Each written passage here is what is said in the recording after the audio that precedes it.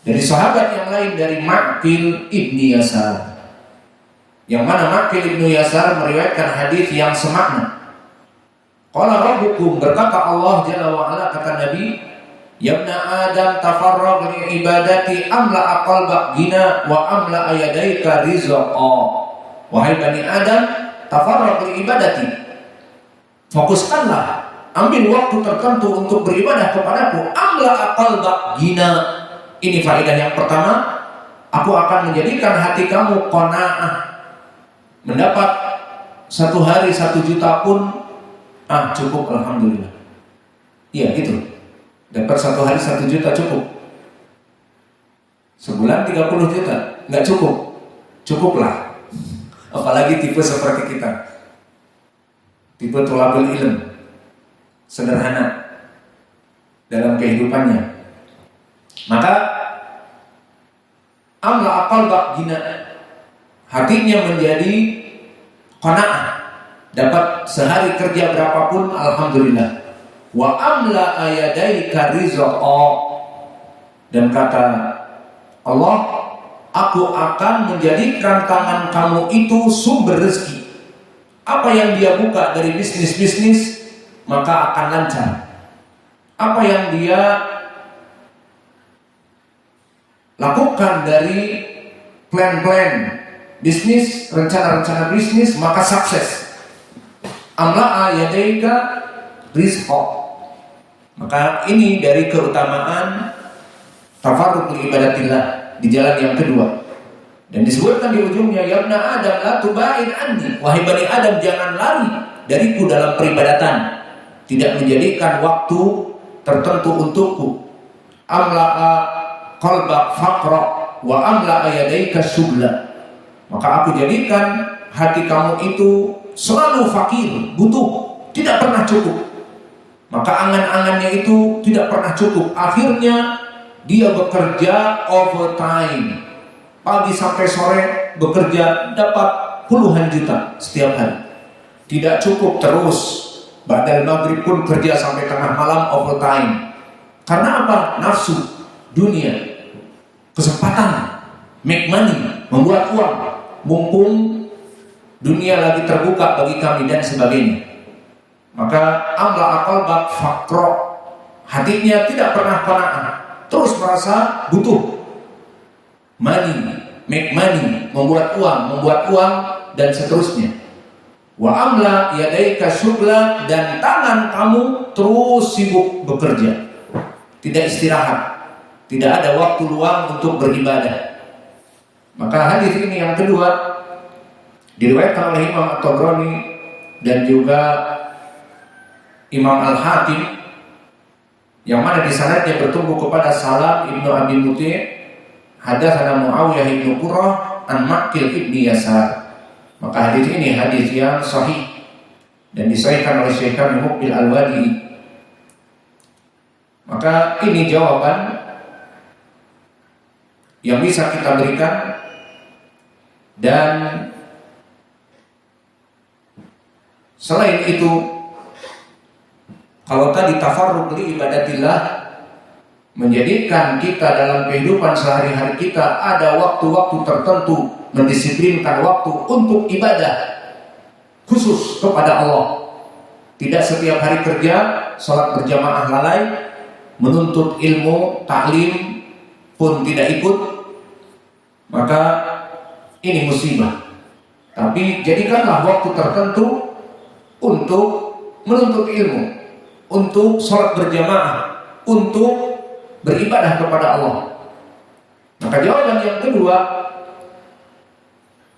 adalah menjadikan angan-angan hati kita ini tidak tergantung kepada dunia.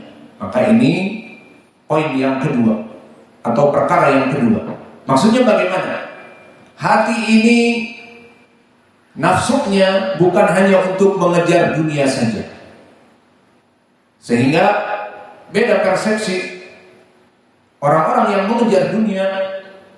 Di saat tidur susah tidur, memikirkan plan-plan bisnisnya, atau jika ditelepon oleh anak buahnya bisnis yang pasar fulan bangkrut, maka merasa sedih dan berpikir lagi yang di pasar negeri fulan masih sekarat, belum bangkrut tapi sudah ambruk, apalagi dengan adanya corona dan sebagainya.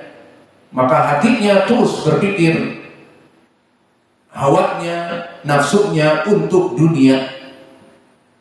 Maka orang-orang yang seperti ini dijauhkan oleh Allah dari dunianya. Dan orang-orang yang membuka mata pikirannya hanya untuk beribadah, memikirkan bagaimana beribadah dengan baik, bagaimana pelajaran hari ini, bagaimana memberikan jawaban-jawaban dari soal besok, bagaimana memberikan ilmu-ilmu kepada para santrinya, dan apa yang dibaca nanti ba'dal fajar dari Al-Quran, ataupun apa yang akan dimurajaah untuk esok hari, atau apa saja dalam permasalahan ibadah. Karena bisa jadi dia bukan thalabul ilm tetapi ahlul ibadah. Maka besok saya harus bangun pagi, sholat berjamaah fajr, dan kemudian murajaah Al-Quran, kemudian pulang, kemudian demikian dan demikian dari perkara-perkara dunia. Intinya hati dia tidak tergantung kepada dunia. Maka mereka orang-orang yang hati-hatinya tergantung kepada dunia, Allah akan menjauhkan dunia darinya, dan Allah akan memberikan rizki sedikit dari nafsu dunianya. Maka dalam hadis untuk pembahasan yang kedua ini, bahwa angan-angan dan cita-cita kita di dunia ini bukan untuk hanya dunia tetapi untuk beribadah kepada Allah. Telah datang hadis dari Zaid ibn Thabit, berkata Rasulullah sallallahu alaihi wasallam, "Man kanat ad-dunya hammahu, man kanat ad-dunya hammahu, faraqallahu alaihi amrahu, wa ja'ala faqrahu baina 'ainaihi, wa lam ya'tihi minad dunya illa ma kutiba lahu." Barang siapa yang hammahu, angan-angan kehidupannya di dunia ini hanya bisnis tender dunia saja, maka dia tidur pun susah karena memikirkan dunia, dan saat bangun matanya terbelalak, maka yang dipikir hanya dunia. Bagaimana bisnisku, bagaimana tenderku, harus membeli modal di toko fulan dan menjual di pasar alam, dan bagaimana dengan para zabainku ataupun para pembeli dan customer. Maka semua angan-angannya hanya memikirkan bagaimana mendapatkan uang, bagaimana mendapatkan dunia. Man kanat ad-dunya hammuhu, faraqallahu alaihi amrahu, maka Allah akan membuat perkaranya itu ambiar. Wa ja'ala faqrahu baina 'ainaihi, dan akhirnya dijadikan hatinya itu selalu kurang, kefakiran di antara kedua matanya, tidak pernah qanaah, tidak pernah cukup, merasa kurang dan kurang. Akhirnya kerja pun overtime, pagi kerja, malam pun kerja, padahal sudah cukup. Dan faraqallahu alaihi amrah, Allah jadikan bisnisnya ambiar, hancur. Walam ya'tihi minad dunya illa ma kutiba lahu, dan tidaklah dia diberikan dunia kecuali sebatas apa yang Allah berikan kepadanya. Ini bagi mereka yang hidup di dunia ini angan-angannya hanya dunia. Maka Allah memberikan seperti itu. Dan yang kedua, bagi mereka yang hammuhul akhirah, memejamkan mata dalam keadaan puas dengan hasil ibadah ataupun menuntut ilmu dan sebagainya. Kemudian dia terbangun, maka di pikirannya jam 3, jam 4 bangun, mendengar adzan awal untuk melaksanakan sholat malam, dan jika waktu puasa untuk bersahur, dan jika dia murojaah maka dia akan murojaah dari ayat Al-Qur'annya. Maka mulai dari bangun yang dipikirkan adalah ibadah. Bagaimana memperbaiki dirinya dengan beribadah, ketaatan kepada Allah. Maka barang siapa yang seperti ini, wa man kanat al-akhiratu niyatahu hammahul akhirah, tujuannya dia itu bangun tidur dan mau tidur pun berpikir tentang akhirat, jama'allahu lahu amrahu, maka Allah akan memfokuskan kehidupannya dan harta-hartanya. Wa ja'ala ghanahu fi qalbihi, dan Allah akan memberikan qanaah di hatinya. Mendapat satu hari kerja 5 juta cukup. Iya cukup. Sehari dapat 5 juta cukup ya. Maka sebulan 15 juta, 45 juta, alhamdulillah. Maka cukup. Allah menjadikan di hatinya cukup. Wa atadhu dunya wa hiya radimah. Dan jika dia cuek kepada dunia, hawanya hidup di dunia ini untuk beribadah dan beribadah, menuntut ilmu, menambah ibadah, dicuekin dunia, maka sang dunia akan mengejar-ngejar dia.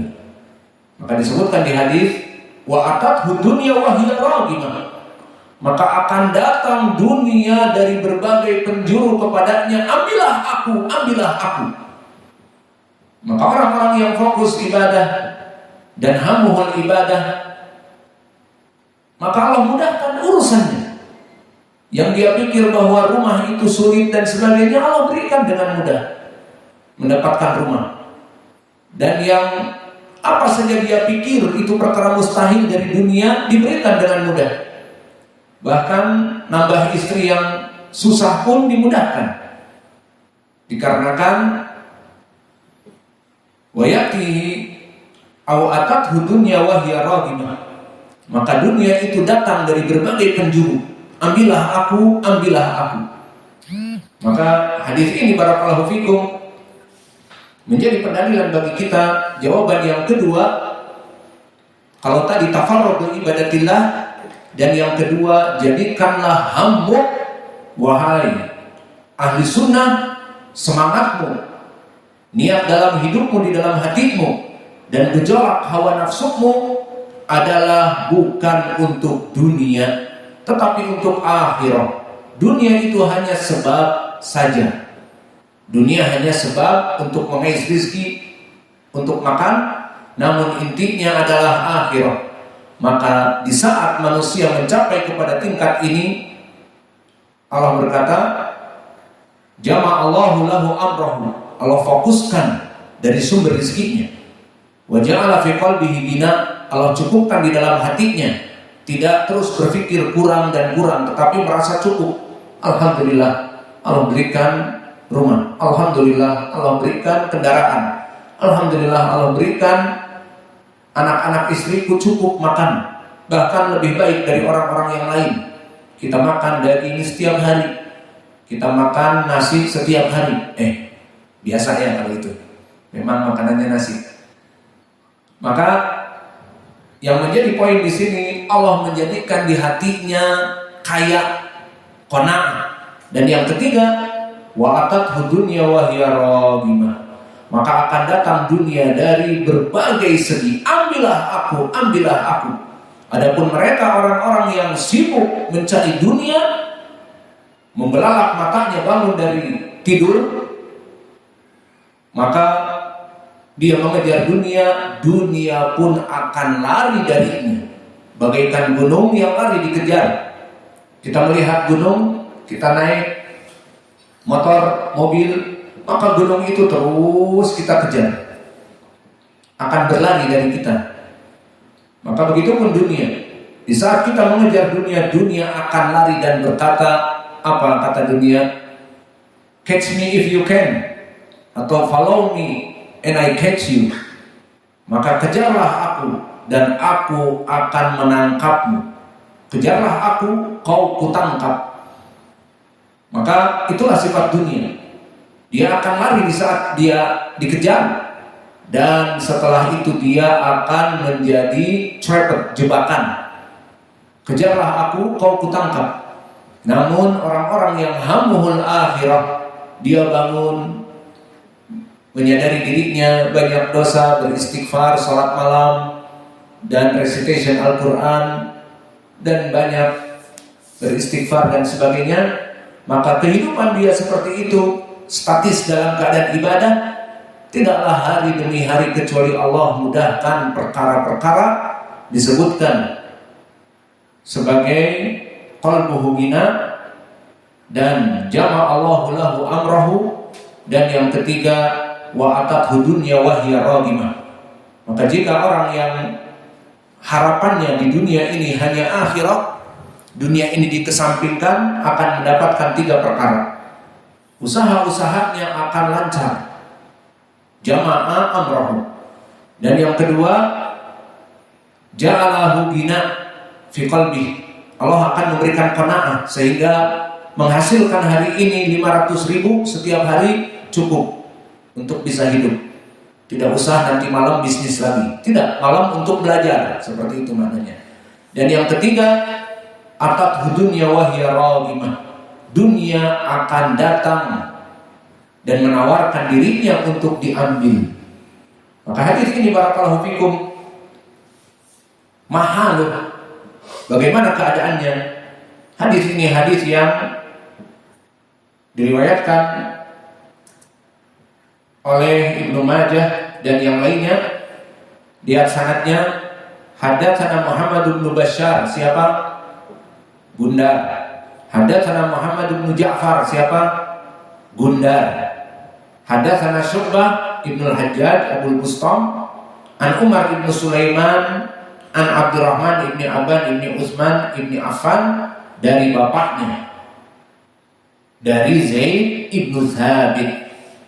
Maka hadis ini barakallahu fikum, tadi kita sebutkan Muhammad ibnu Bashar Gundar, gurunya Imam Al-Bukhari, yang mana dia rawi yang thiqah, imam. Dan Muhammad ibnu Ja'far Gundar juga min asbatinas dari Syu'bah, dan meriwayatkan dari Syu'bah dari Umar ibnu Sulaiman. Umar ibnu Sulaiman huwa ibnu Asim ibnu Umar ibnu Khattab Al-Qurashi Al-Adawi, yang mana dia dithiqahkan oleh An-Nasa'i dan Ibnu Ma'in. Dan berkata Abu Hatim Ar-Razi Saleh, maka dia rawi yang thiqah, ditautsik oleh Ibnu Ma'in dan An-Nasa'i. Dan Abdurrahman ibnu Aban ibnu Utsman ibnu Affan juga disikohkan oleh Imam An-Nasa'i, maka dia rawi yang sikoh. Maka semua rijalnya sikoh. Maka hadis ini disahihkan oleh Syekh kami Muqbil Al-Wadi'i, di mana beliau mengatakan hada haditsun sahih, rijaluhu rijalus sahih.